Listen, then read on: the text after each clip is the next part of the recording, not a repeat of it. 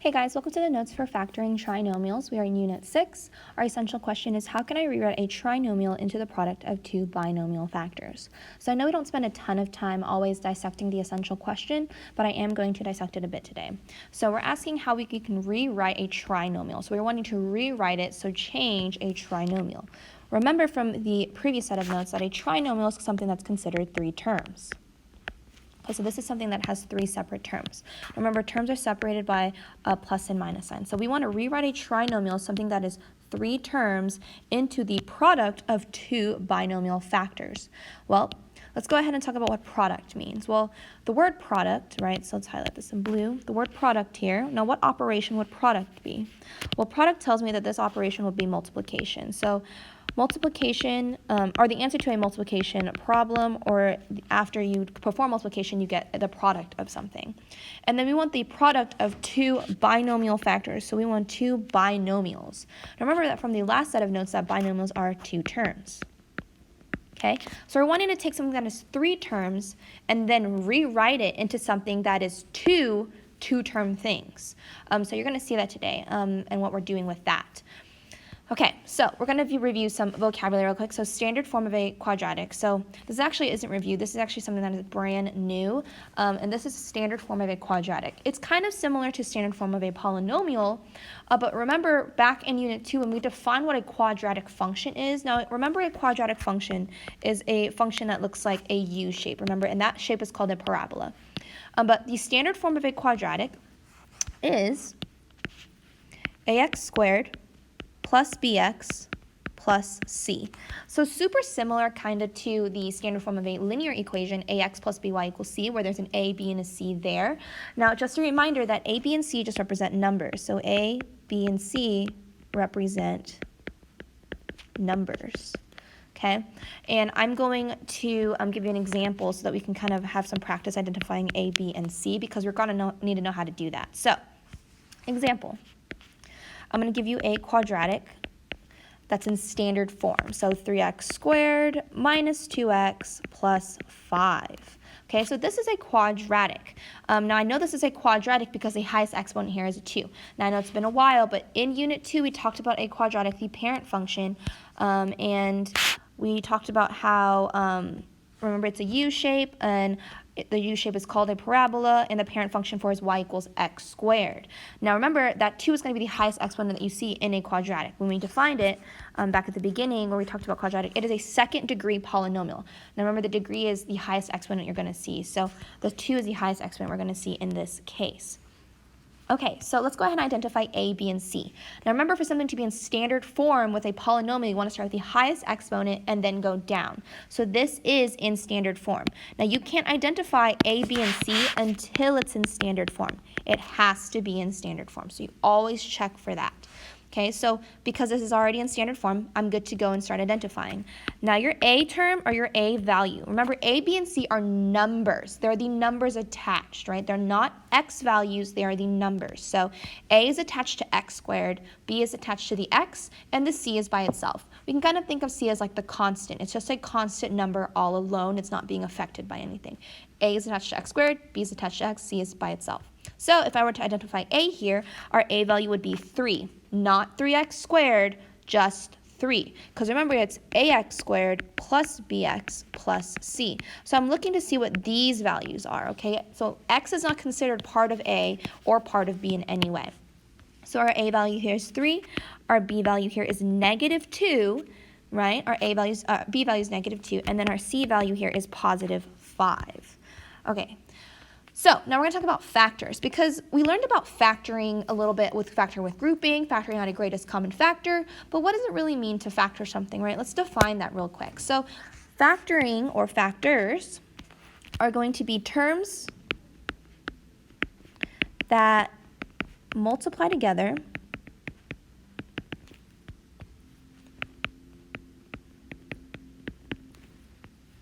to create a new expression.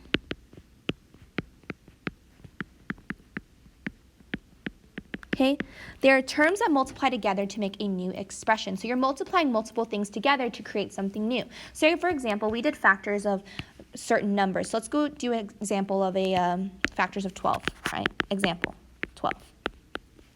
let's list the factors of 12. Well, numbers that multiply to 12 would be 1 and 12, 2 and 6, 3 and 4.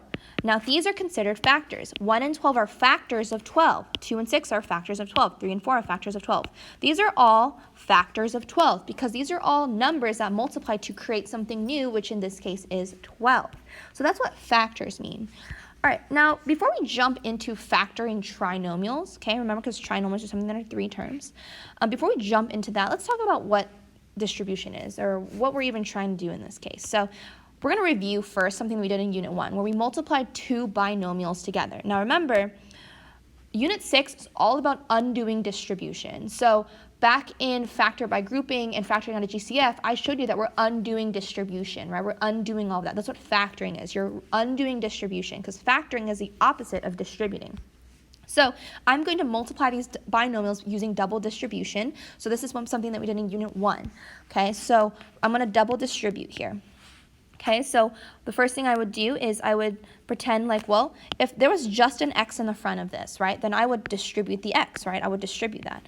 Well, same thing as if there was only a -3 here, I would distribute the -3 and to get rid of the parentheses. Well, here, because we have 2 terms in front of the parentheses, I have to distribute twice, which is why it's called double distribution. So I'm going to distribute the x to the x, which is going to give me x squared. Remember, x times x is x squared, not 2x. 2 times x is 2x. X times x is x squared. Then we have x times 5, which is going to be positive 5x. So now I'm done distributing the x because I've distributed to every term in the other set of parentheses. And now I'm going to distribute the other term now. -3 times x is going to be -3x. Now I'm doing the arrows underneath because it just saves room, because if I do them all up here, it just looks like a mess. So -3x, and then -3 times positive 5 is going to give me -15. Now, at this step, we typically simplify, right? We simplify by looking for like terms. And my like terms are usually in the middle. So I have positive 5x and -3x. So the x squared at the front doesn't change because there were no like terms with it. But in the middle, I have a like term that I can combine. The 5x and the -3x make positive 2x. And then the -15 at the end stays the same. There's nothing that I can do to that. I can't combine it with anything because, remember, like terms have to have the same variable and same exponent. So let's talk about what we started with. At the beginning, we started with 2 binomials. We started with 2 things that were binomials. So that means that I started with 2 two-term things, right? I have one set that's 2 terms, and the other set is 2 terms. So I started off with 2 binomials. And when I finish distributing, how many terms do I have now? I have 3 terms, so I have 1 trinomial when I'm finished. Okay, so I started off with 2 binomials, and then I ended with 1 trinomial. This is the process of double distribution. Now, in Unit 6, we are doing the opposite, where we're going from the trinomial and going back to the 2 binomials. So let's kind of talk about where everything came from. So where did that first term come from? Where did this red term come from? Where did I get x squared?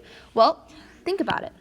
Where did I get the x squared? How did I get that? What did I have to multiply to get the x squared? Well, I had to multiply the first terms in each set of parentheses, right?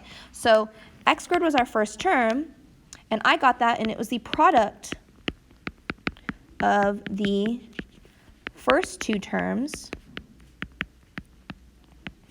in the parentheses. Okay? It was a product of the first 2 terms inside the parentheses. I'm going to move this down, actually. So this was x squared. Okay? So that x squared came from the first 2 terms. I took the first 2 term in each parentheses, and that's how I got x squared.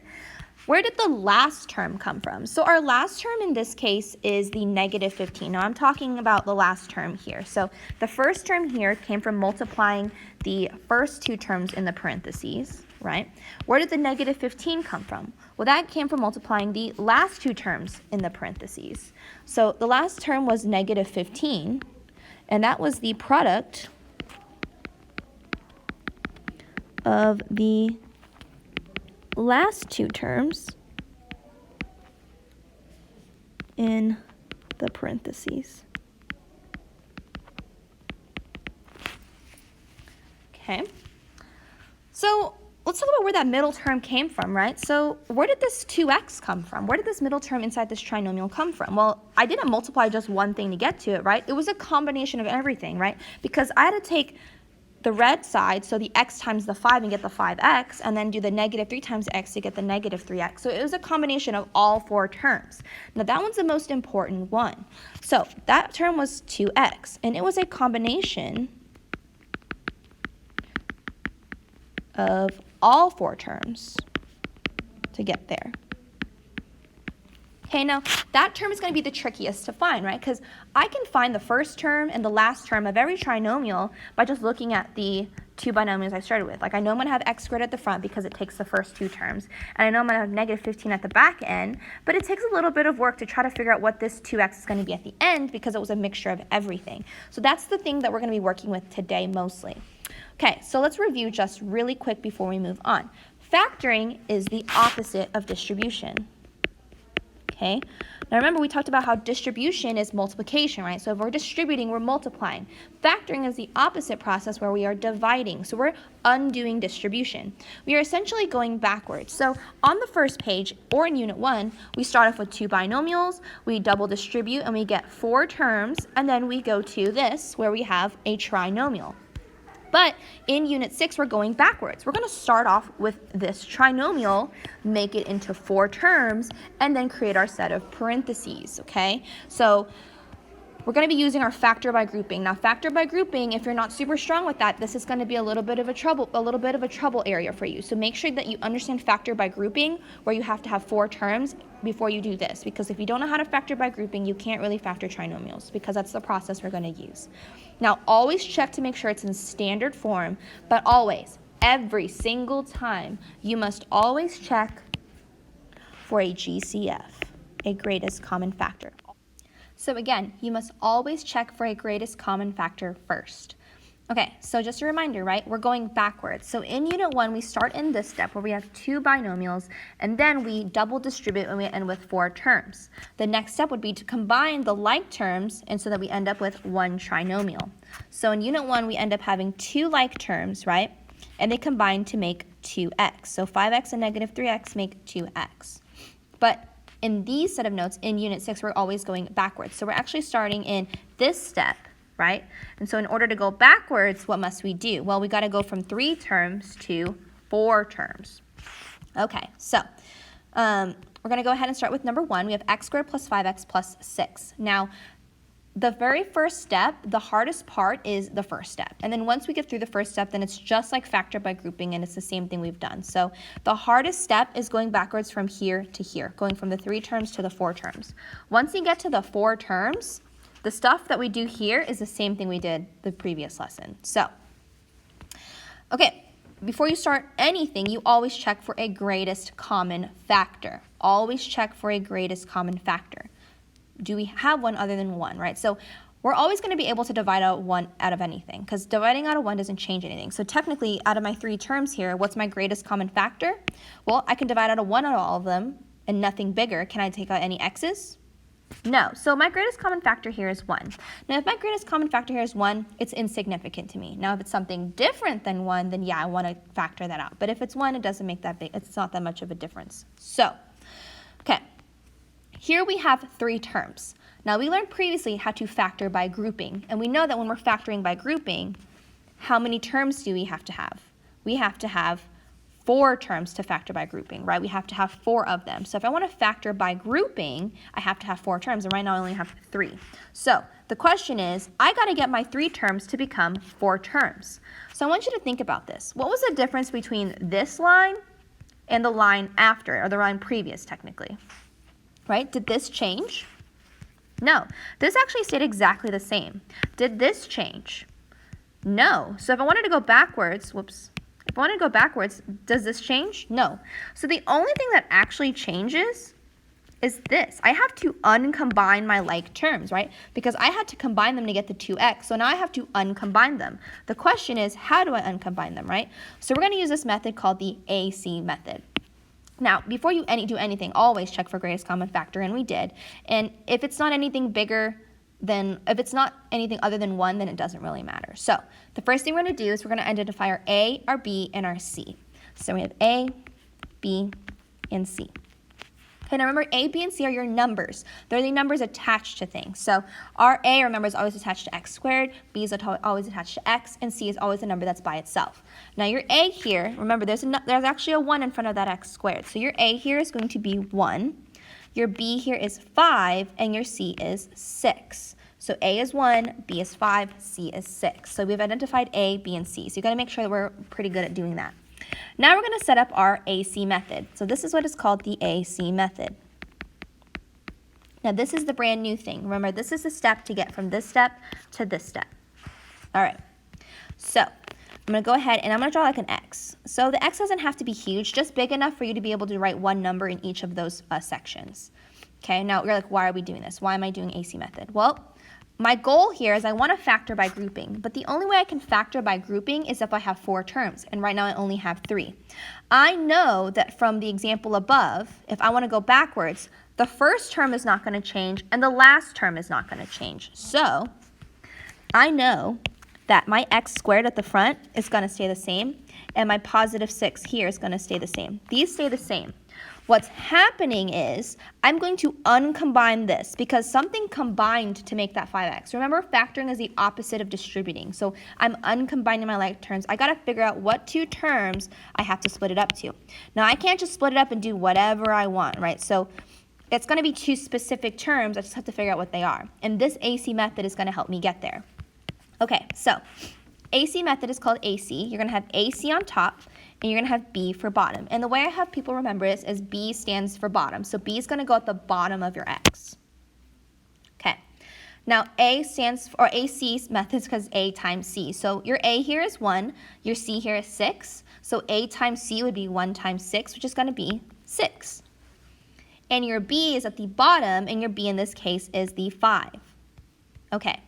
So this is called the AC method for a reason. So I'm going to list out the factors of AC, the numbers that multiply to 6. Okay, so the numbers that multiply to AC here, which is 6. So you have to think about all of the possibilities that multiply to 6. So for example, 1 times 6 makes 6, and 2 times 3 makes 6. But there's actually 2 more combinations that multiply to 6. Because you have -1 times -6, that makes positive 6, doesn't it? What else? -2 times -3. So when we're thinking about all of the factors of 6, you have to consider literally everything, so even the negative numbers. Okay, now you're like, okay, now what do I do after I've listed all of my factors? Well, remember, it's called the AC method because you're doing A times C, and you're trying to find all the factors of AC. Now, you're looking for the combination of numbers that is going to add to the B. That's where the B is in play here. So I'm looking for numbers that are multiplying to 6, so that's where the 6 part comes from, but I want it to add to 5. So which one of these combinations would add to 5? And only one of them work. The combination that adds to 5 is the 2 and the 3. So 2 and 3 are going to go in my blanks over here. Now you're like, well, what if I put 3 times 2? Is that going to make a difference, right? Like if you do, if I do a 3 here and a 2 here, it actually does not make a difference, and I will show you why in a little bit. Okay, so I'm going to do 2 and 3. Okay, so you're like, well, what is a 2 and 3? Well, 2 and 3 is how I'm going to split. Those are my like terms that I combined to make 5x. So I'm going to split it back apart. So I have positive 2x and positive 3x. Okay, that's where those came from. So let's talk about that, right? So the 2 and the 3 are going to tell me how I'm going to uncombine the 5 here. Because if I combine 2x and 3x, doesn't that make 5x? Yes, it does. So you want them to combine and be able to make 5x. So we're uncombining the like terms here. So we're going to move on. Now that I have 4 terms, what do? Well, once you have 4 terms, you factor by grouping. So we're going to group these into groups. So I'm going to do this part pretty quickly because we know how to factor by grouping. Now you're going to split it into 2 groups. Okay? So in the first group, your greatest common factor here is going to be 1x. Okay, and we don't have to write the 1 there because I know that there's a 1 in front of that x without writing the 1 there. So x is going to go on the outside of my parentheses. X squared divided by x is going to be x, and then 2x divided by x is positive 2. Okay, again, I'm going by this quickly because we should know how to factor by grouping at this point. Okay, and then we have the second group over here. The greatest common factor is positive 3, and I can't take out any x's because the 6 does not have any x's. So I would have positive 3 on the outside. 3 divided by 3 is 1. So I just have an x left over, and 6 divided by 3 is positive 2.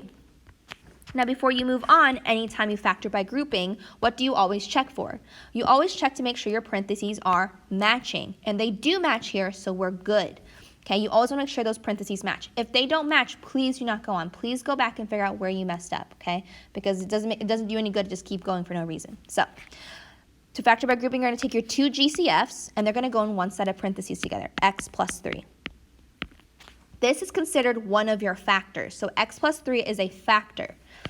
To get the other factor, that's going to be your matching set. So your set that's matching here is x plus 2, and you're going to write it once. So the other factor here is x plus 2.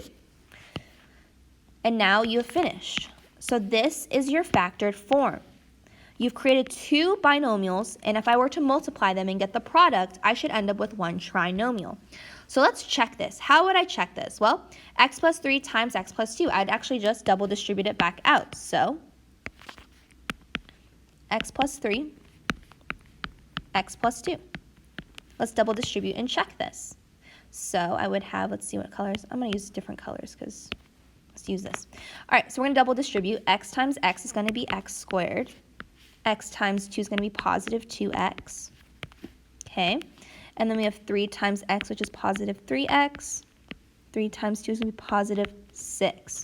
So we're double distributing here. Now, at the next step here, we're going to combine our like terms, right? We're going to combine our like terms. So our like terms here are, let me find my highlighter, 2x and 3x, and they're going to combine to make positive 5x. So the x squared stayed the same at the front, and the 6 stayed the same at the back. I just had to combine that middle part. So let's check. Is this what we started with over here? Is that the same exact thing? Yes, so I did this correctly. We checked it and it's correct. Now, you only have to distribute to check it, right? We're doing the opposite of distribution. So you don't want to distribute and then box this as your answer because that's what you started with. So you don't want to say that that was your answer there. Whoops, what's going on over here? Oh, I guess I hit undo too many times and it didn't know what to do with itself. So check. All right. Okay, so what are we doing, right? So the whole reason why we do the AC method is to uncombine the like terms. That's literally the only step. So the only step that's different from factor by grouping is this very first step here, going from first step to second step. And then everything down this half is factor by grouping, and we've done that before, and we know how to do that. Okay, moving on to number 2, 5x squared plus 8x minus 4. The first thing you always check for, other than the fact that it's in standard form, is there a GCF? Is there a greatest common factor? If I were to divide a division bar under every term, is there something I could divide out other than a 1 here? Other than 1. I can't divide anything other than a 1 here, so I don't have a greatest common factor that's significant enough for me to pull it out. So I would move on with factor by grouping. Or I can't factor by grouping until I have 4 terms, right? So we know that in order to factor by grouping, I got to take this trinomial and turn it into 4 terms. Now, I know that that first term is going to stay the same. 5x squared is going to stay exactly the same, and the negative 4 is going to stay exactly the same. The step to go from the first step to the second step is that I got to uncombine my like terms. I got to figure out, right, what splits here. What splits the 8x, I got to find 2 of those terms that were combined. I got to uncombine them. But in order to find these 2 magic numbers, I got to do the AC method. That's the whole reason why we do it. So I'm going to draw my x over here, and I'm going to actually make these red, oops, to match the other example. There we go. All right, so we're going to identify our A, B, and C first. So our A here is 5, B here is positive 8, and C here is negative 4. Okay, so we're going to write our x on the side. Okay, and just big enough to write numbers in, doesn't have to be huge. Now remember, I'm going to do AC just for now because we're still getting used to this. So AC goes on top, B goes on the bottom. AC is going to call it AC because you're going to multiply A times C. A is 5, C is negative 4, AC is going to be negative 20. Your B here is positive 8. Okay, so we've got to find all the factors of AC, which is why it's called AC method. So negative 20. Let's find all the numbers that multiply and make negative 20. Well, negative 1 times 20, negative 20 times 1. So again, all the possibilities. Now, if you can figure out which one of these adds to 8, then you don't need to do all this giant list, right? You don't need to make the list if you can figure it out. But if you can't figure it out, make a list, right? The goal is I'm trying to find 2 numbers that multiply to negative 20 but add to 8. So that's why I'm listing out all the factors of negative 20 because I got to figure out all the numbers that multiply to negative 20 and then find which one of those adds to 8. So I have a negative 2 times 10, a negative 10 times 2, negative 4 times 5, and then negative 5 times 4. So these are all the combinations that multiply to negative 20. And then I got to figure out which one of these adds to positive 8.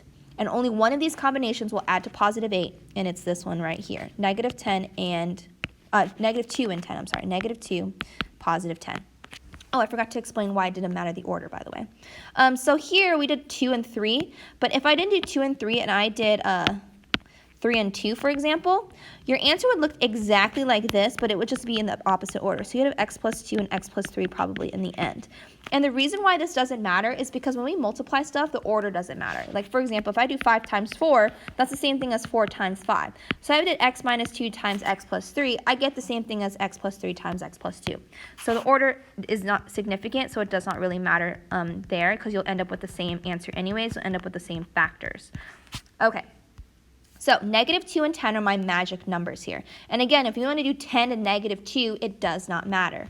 Okay, and I'll even show you in the step that it doesn't matter. So I'm going to do positive 10x and then minus 2x. So even though I have negative 2 and positive 10 here, I'm going to do the opposite and do 10 and negative 2 because it doesn't matter. You'll get the same factors in the end.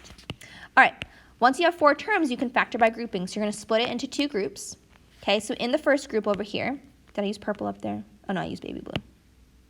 All right, you're going to factor by grouping, so you're looking for the greatest common factor between these 2 terms, and the greatest common factor would be 5x. So 5 is the largest number that goes into both, and a single x is what I can factor out. So 5x goes on the outside of my parentheses.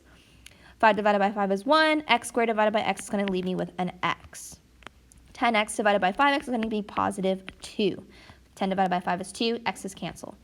Moving on to the second set of my second group here. Okay, I need to find the GCF. So the largest number that goes into 2 and 4 is 2. However, because there's a negative in the first term, what do we have to do? You have to divide out a negative. So if your first term in the group is a negative, you must factor out a negative. And I can't take out any x's because 4 does not have any x's. So negative 2 is going to go on the outside of my parentheses. Negative 2x divided by negative 2 is going to give me a positive 1x. Negative 2 divided by negative 2 cancels, becomes positive 1, and I have x left over. And then I have negative 4 divided by negative 2, which is positive 2. I don't know why that is so tiny and off-centered. Anyways, okay, so now we are here. Before you move on, you always check, do I have matching parentheses? And I do, so I'm doing this correctly. Again, it's kind of like a self-check. If they're not matching, you need to go back. All right, so we have 5x and negative 2. Our GCFs are going to go into one set of parentheses together. This is going to be one of our factors. 5x minus 2 is one of our factors. The other factor is the matching set. So we're going to write one of the matching sets right next to it, x plus 2. Okay, and that is going to be our 2 factors. 5x minus 2 is one factor, and x plus 2 is the other factor. All right, moving on to number 3. Now I'm starting next to this one because this one does have an extra bit of step, and so we have to make sure that we are super aware of that and we don't mess this up. What do you always check for when you begin problems? You always check for a greatest common factor. Do you have a greatest common factor other than 1 here? Yes. If I were to divide out a number out of all of these terms, could I? I can. That number is going to be, let me see if I can find a different color that I'm going to use this one. Okay. I have a number other than 1 here, and that number is 3. I can take out a 3 out of all of these terms, which will change my numbers, right? Now, can I factor out any x's? No, because that 18 doesn't have any x's. So I'm going to factor this out. And you know that when you factor, you always put it on the outside of your parentheses. So I have 3 parentheses. Well, I would have x squared left over because 3 divided by 3 is 1, so I had 1x squared, minus 5x because negative 15 divided by 3 is negative 5, negative 18 divided by 3 is negative 6. Okay, so go ahead and write that in red because that's different. Now, we're going to put the 3 to the side for now because we don't want it to confuse us, so I'm going to put a star here and put the GCF is 5. Oh, no, sorry, not 5. 3. I want to remember that. I want to keep that in the back of my mind because that's super, super important for our answer later, but I don't want to worry about it now. Now, anytime you factor until you can't factor anymore, right? So I factor the GCF out. I factor the 3 out, but I don't want to stop there. I want to keep going until I literally cannot factor anymore. So once you're here, you have your 3 terms on the inside. So you're going to pretend like this stuff on the outside is not here. Pretend like that 3 isn't there and that you just have those 3 terms on the inside. So what you're going to do here is you're going to move on and do your AC method, because the goal is still to keep factoring until I can't factor anymore, right? So we're going to do identify our A, B, and our C. So our A here is 1, B here is -5, C is -6. So I'm going to factor using AC method, or sorry, find my two numbers using my AC method. AC goes on top, right? AC on top, B on the bottom. Which I probably should change these to black as well. Now, I'm not always going to label them A, C, and B, so I probably won't do it after this problem, but just want to, we're still new at this, right? AC is going to be A times C, so 1 times -6 is going to be -6, and then your B here is -5. So you're trying to list out all the factors of -6, because it's called AC method for a reason. So you're trying to find two numbers that multiply to -6, but add to -5. Now, I already know what those numbers are. It's going to be -6 and +1. But let me show you how I got that, right? So all the numbers that multiply to -6 would be -1 times 6, -6 times 1, -2 times 3, -3 times 2. So these are all the combinations that multiply to make -6. And I'm trying to figure out which one of those will add to -5. So multiply to -6, add to -5. Multiply to AC, add to B. Now, only one of these combinations will work because that's how factoring by grouping works. Like, there's only going to be one that works. So -6 plus 1 is going to give me -5. So that combination is going to be my split off. So again, pretend like that 3 isn't there for now. So we know that the first term is going to stay the same, and we know the last term is going to stay the same. But the reason why we're doing this is to uncombine the like terms. So we're uncombining that -5x and splitting it back apart. So that's what our numbers are for. So we have -6, so -6x plus x. Now, I'm not writing the 1 there because I know that there's a 1 there. I'm just not going to write it. So if I were to combine these back together, I should get 5x, and I do, right? Because -6 plus 1 is going to give me -5, but I'm just uncombining the like terms. Okay, once you're here, you're going to split it, and you're going to factor by grouping because you have 4 terms. So first set, my GCF here is going to be, it's going to be x, 1x. So I have x on the outside of my parentheses. X squared divided by x is x. -6x divided by x is -6. Moving on to the second group, the largest number I can take out of either of these is going to be +1 because I can't divide out anything other than a 1 here. So this would be +1. And so dividing by 1 doesn't change anything, so I have x minus 6. Okay, now once you're here, you always check for matching parentheses, which I do have. So I'm going to take my first set of parentheses.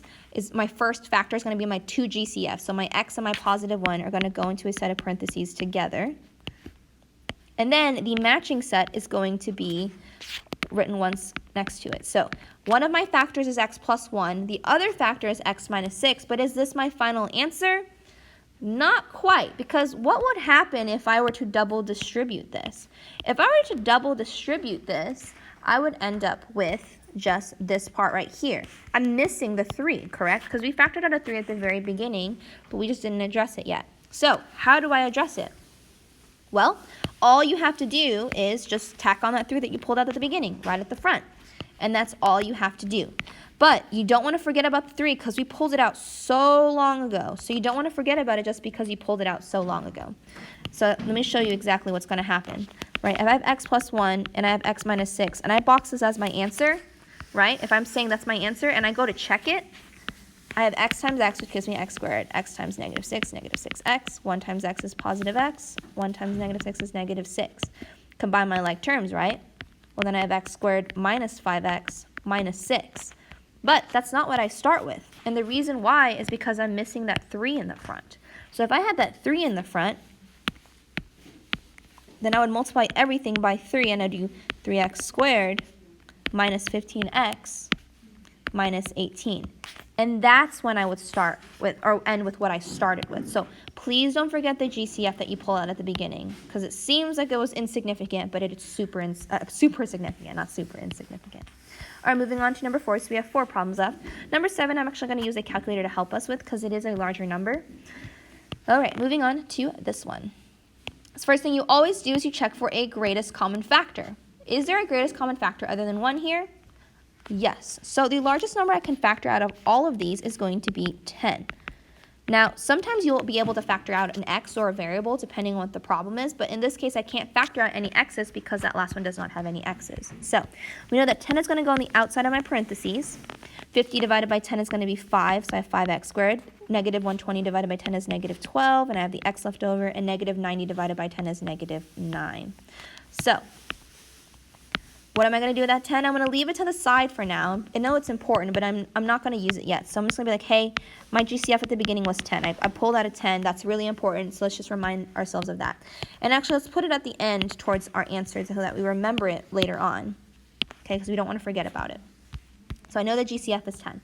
But once I do that and I factor in my greatest common factor, I'm going to move on to my AC method because I got to uncombine the like terms, turn this trinomial into something that's four terms.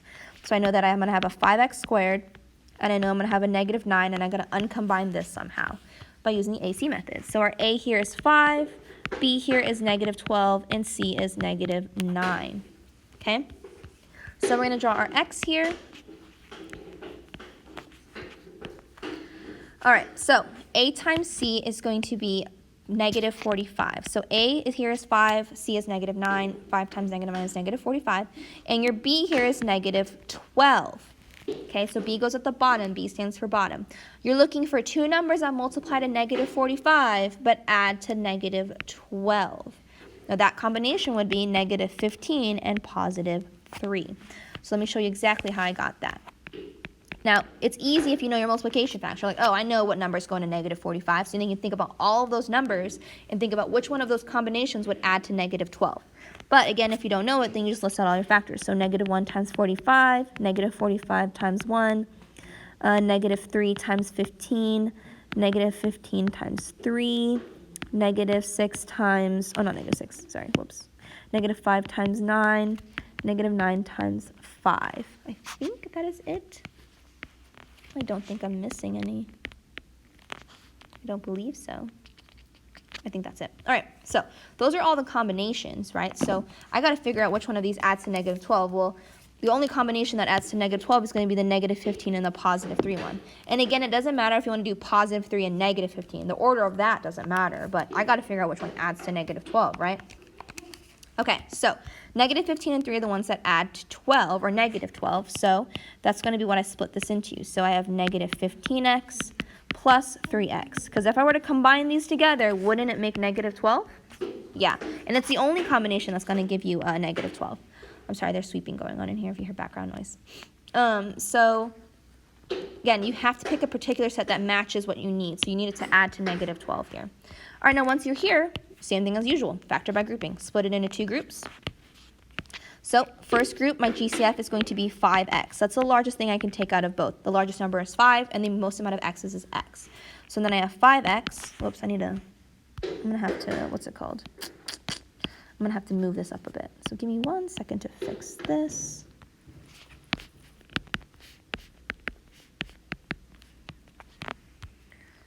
Okay, we're going to move all of this up so that I have a little bit more room. Whoops, I moved the 10 on accident. All right, there we go. All right, and then we're going to have the inside of our parentheses here.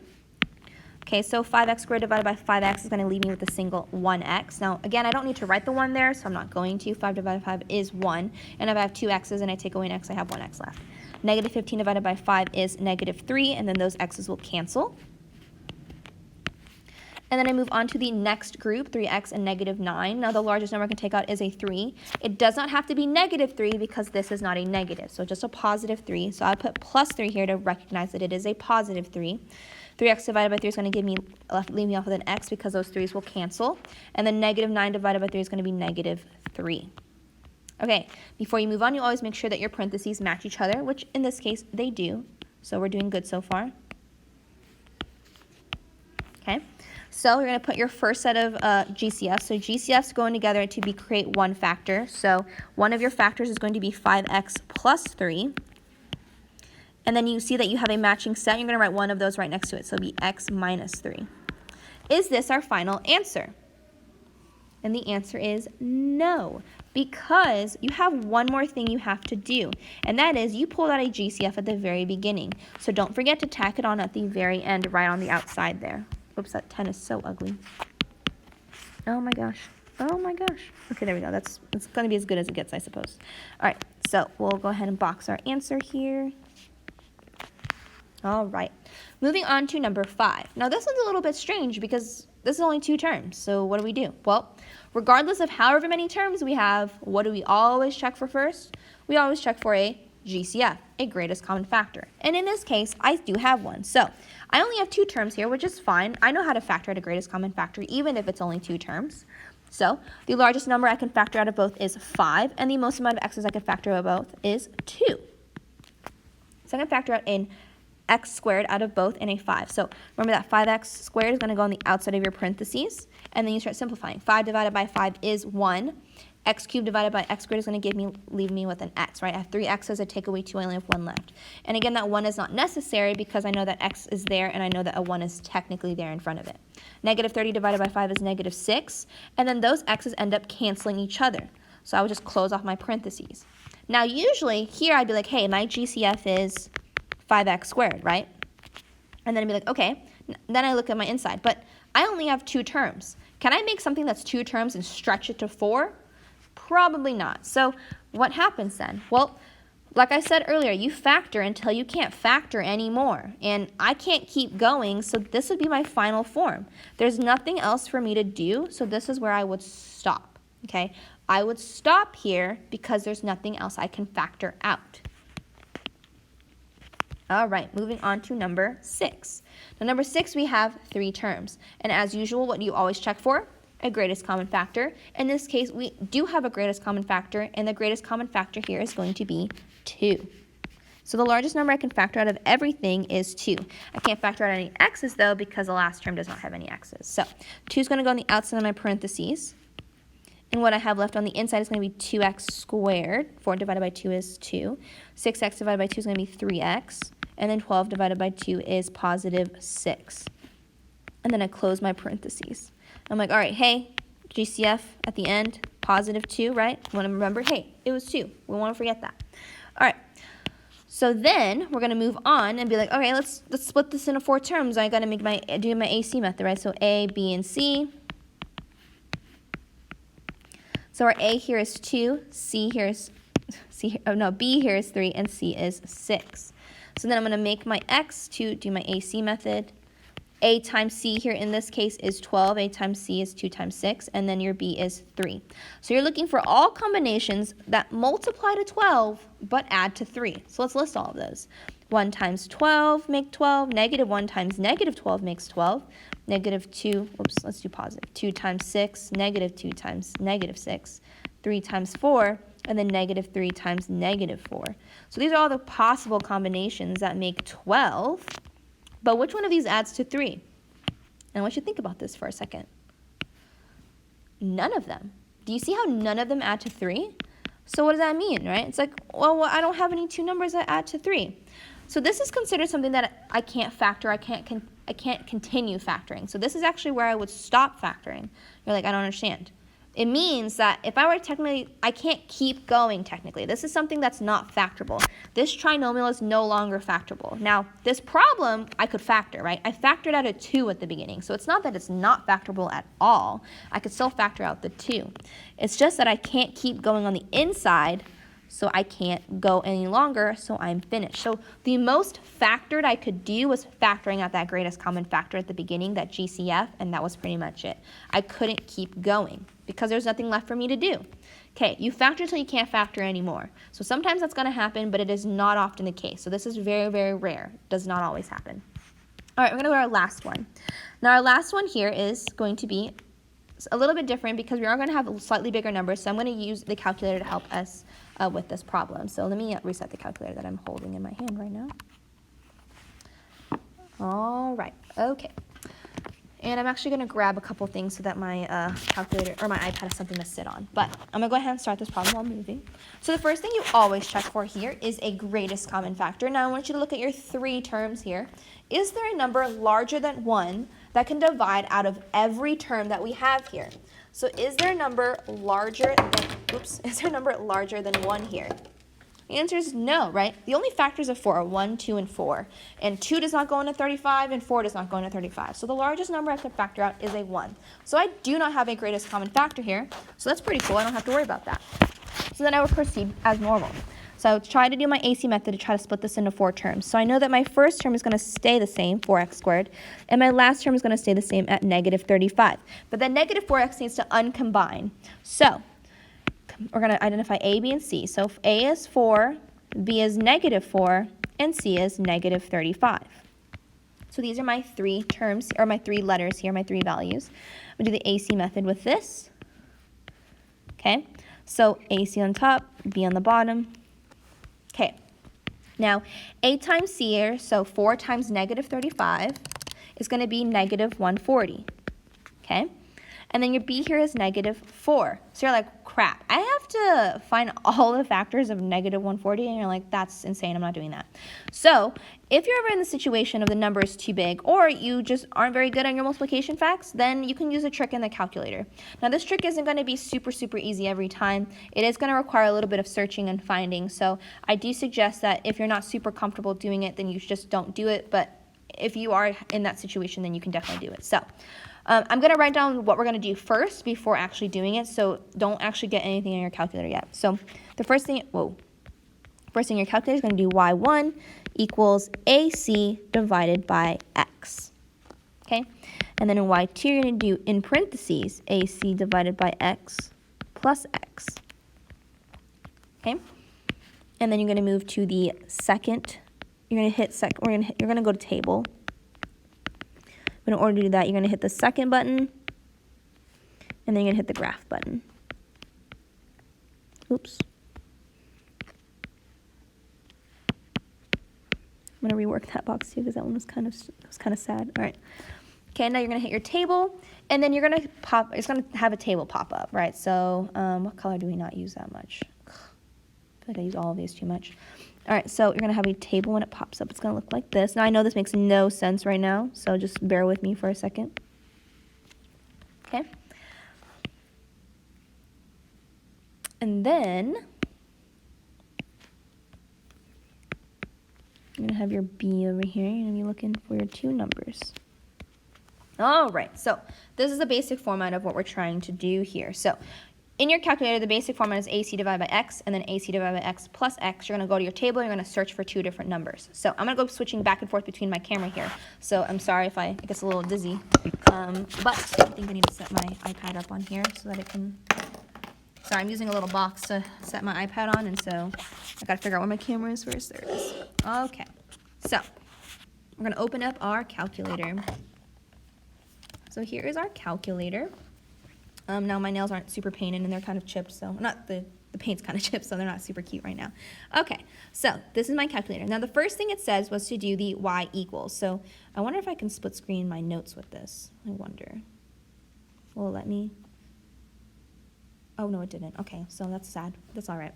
So your y equals button is located right here. So you're going to tap on that y equals, okay, and it should pop up a list here. Now in the y1, you're going to do AC divided by, oh, is it because I close out of it? Oh, I can. That is so cool. All right, so I'm going to move my calculator noise. Okay, so you're going to do AC divided by x. Now, AC is going to be dependent on your problem. So in this case, our AC was negative 140. So you're going to type in negative 140, and remember that the negative button is here, right? Minus sign is here, so negative is here. So you have negative 140 divided by x. Now the x button is located right here. So it's like the xt, and then this is actually the theta symbol, and then an n. So you're going to type on that x button there, okay? And then you're going to press down, okay? So then in the next step, if you're looking on the side over here, you're going to do AC divided by x plus x. So you're going to need parentheses. Now your parentheses buttons are located right here. And if you don't know parentheses by now, I'd be very sad. But you're going to open parentheses, negative 140 divided by x, okay? And then if you look on this side of here, you're going to close your parentheses, right? So you're going to close your parentheses, and then you plus x. So I'm having exactly what I have on this right side of my screen here. So I have AC divided by x in y1, and then AC divided by x in parentheses plus x. So I'm matching that. Now you're going to do the table. So you want to pull up the table. And in order to do that, you want to pull up the table button. So if you look over here, table is in blue. Well, to access any button in blue on my calculator, I have to hit the second button first. So that would be second and then graph. So second, graph. Now, if you see that there's a little yellow loading symbol, so I'm going to press up real quick so you can see that. But you see that little yellow loading symbol? Look how gross my nails are. The yellow loading symbol shows me that it's loading something, so just give it some time to load.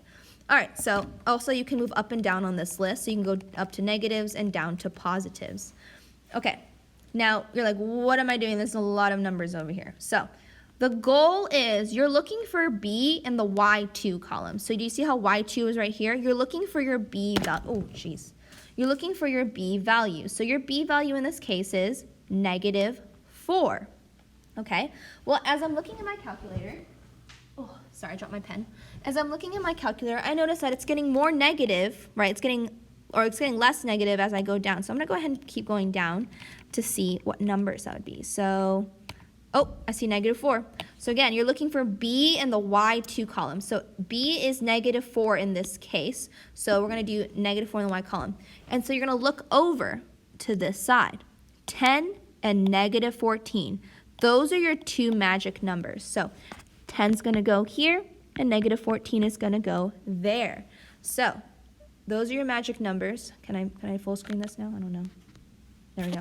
All right, so we don't need our calculator anymore. Those are our magic numbers to find that. Now, again, that was super slow because, again, I had to teach you how to use it first. So you're looking for the two numbers in this column that match the B. So because B was -4, that's what I'm looking for. I'm trying to see what those two numbers are next to it. So that's going to be +10x and -14x.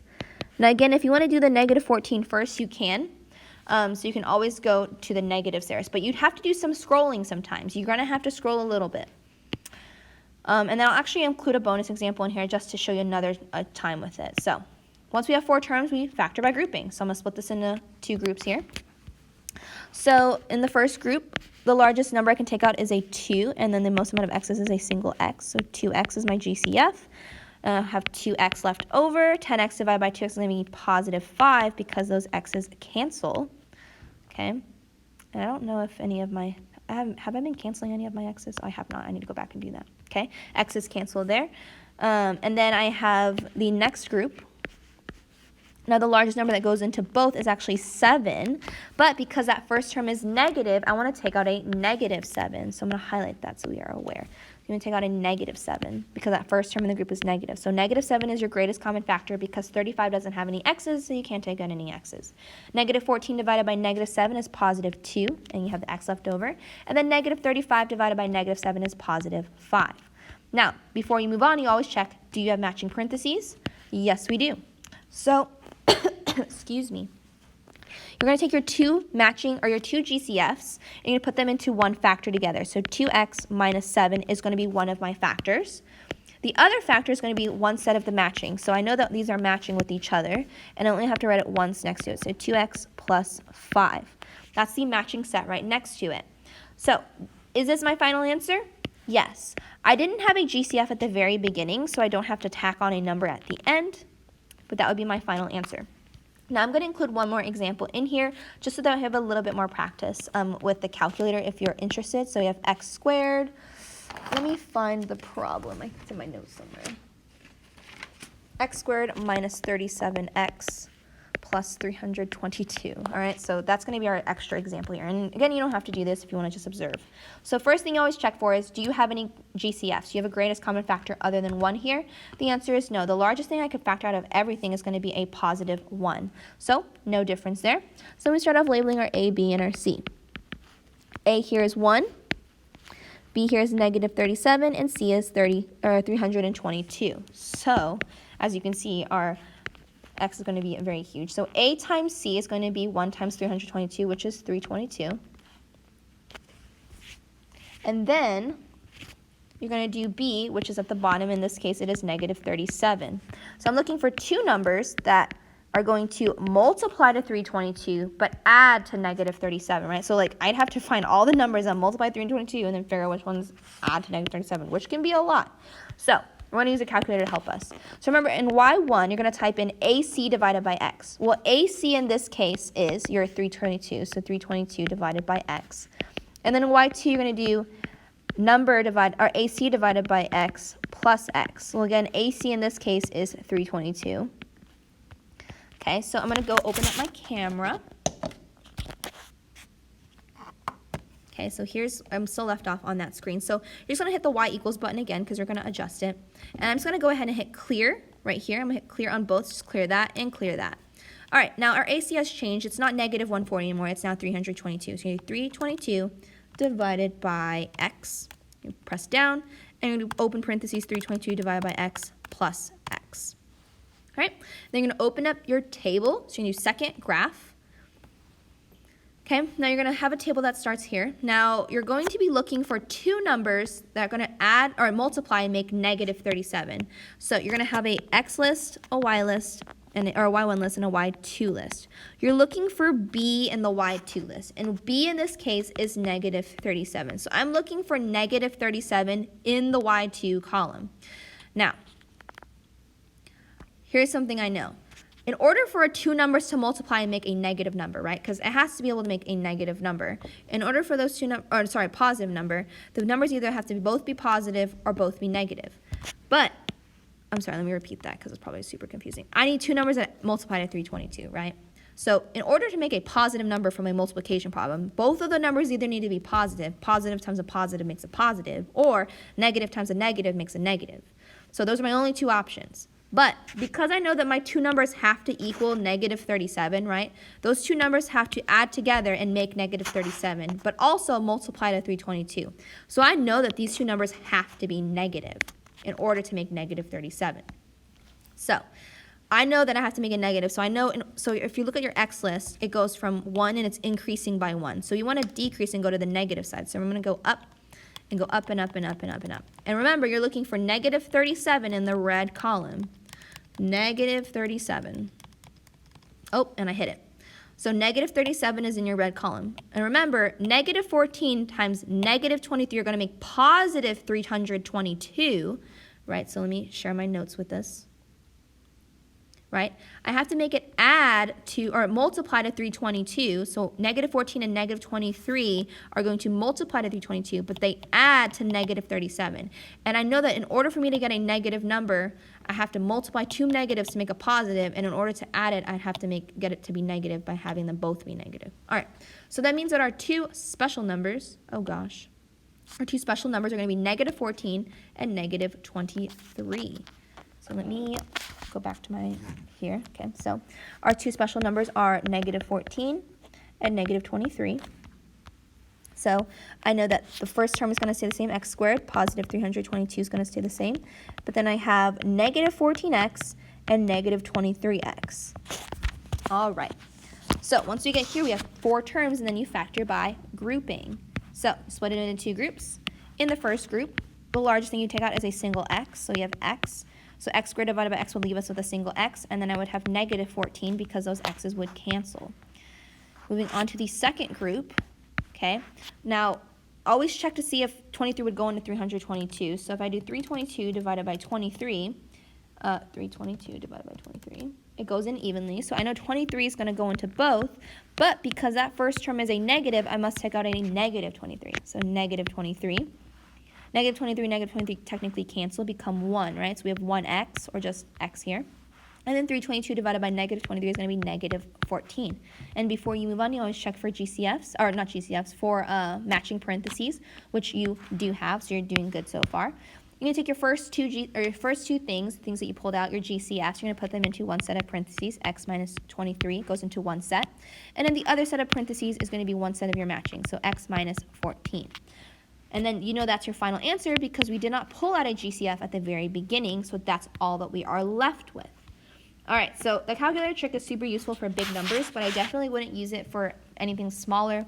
I think you could definitely get away with just typing and trying to figure out what divides into what. But that is factoring trinomials, and if you have any